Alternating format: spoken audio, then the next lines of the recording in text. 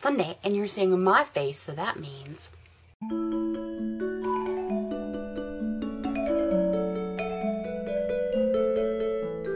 And it's book time, and we're doing our 50 books in 365 days, and I wanted to talk today about reading books out loud. I know, like, we all like to read books, it's fun, but I love to hear them read out loud by someone that really enjoys it and knows how to read out loud. I really enjoy hearing people read stories just to hear how they emphasize one word or another or whatever, but I wanted to read you a couple excerpts from some of my favorite books, and I'm hoping that you will do the same in a video response below. So the first one is from The Things They Carried, which I've mentioned many times, I think, on Project Life Size.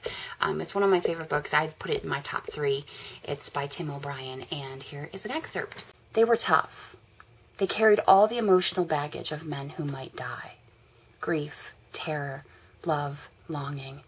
These were intangibles, but the intangibles had their own mass and specific gravity. They had tangible weight. They carried shameful memories. They carried the common secret of cowardice barely restrained, the instinct to run or freeze or hide, and in many respects, this was the heaviest burden of all, for it could never be put down. It required perfect balance and perfect posture. They carried their reputations. They carried the soldiers' greatest fear, which was the fear of blushing. Men killed and died because they were embarrassed not to. It was what had brought them to the war in the first place, nothing positive, no dreams of glory or honor, just to avoid the blush of dishonor. They died so as not to die of embarrassment.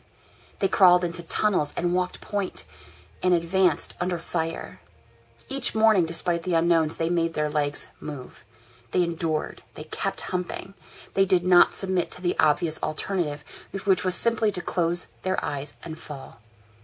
So easy, really.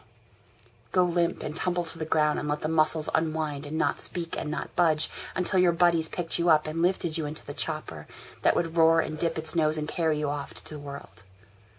A mere matter of falling, yet no one ever fell. It was not courage exactly. The object was not valor.